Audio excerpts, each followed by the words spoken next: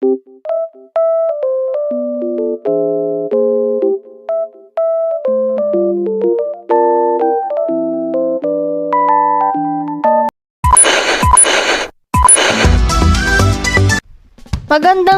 ako sa inyo lahat. Charot, magandang umaga sa ating mga takapagpakinig. Nandito na ang inyong DJ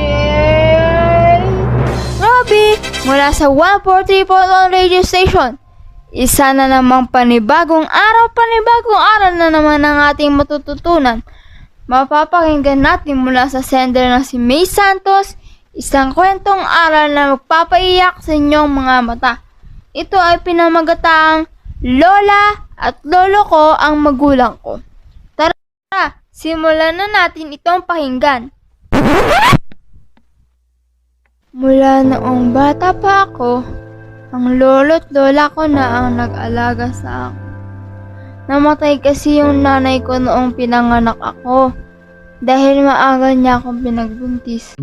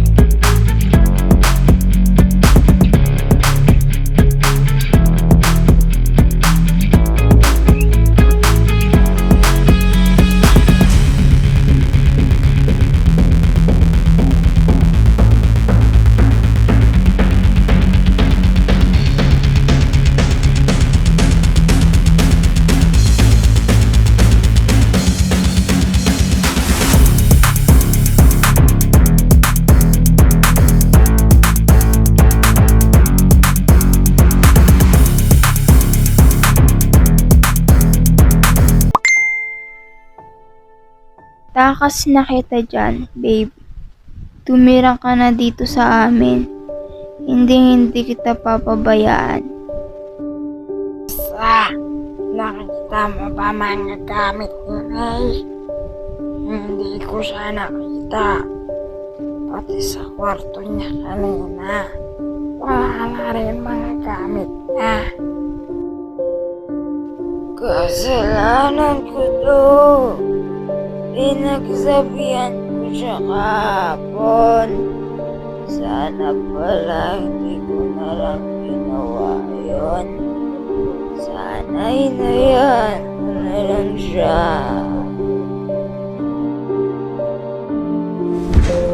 Roberto, anong nangyari sa'yo? Tulong! Tinatake ang asawa ko. Tulong! Tulong! Rosa, tulong mo naman na.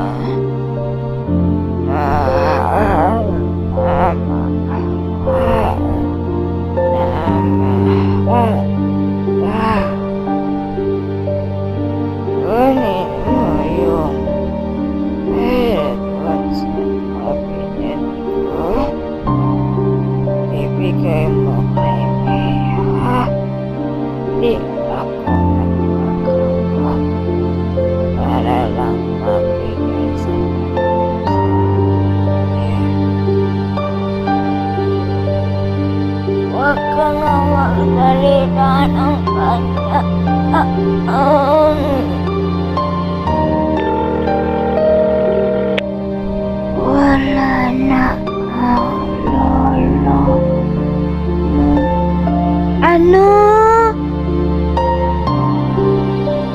Kailangan ko na umuwi.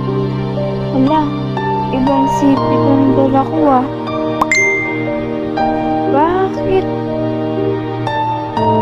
May nag-chat na babae. Ay, aba, ba't walang convo? Siguro nagdi-delete to. Tingnan ko nga yung Telegram. Sabit ko na eh. Manloloko ka?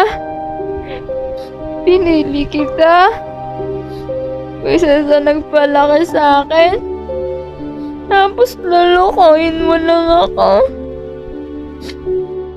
Patawad po, Lolo.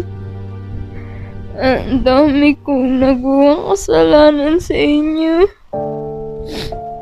Hindi ko wala kayo nakasama. Kasalanan ko lahat ng tao.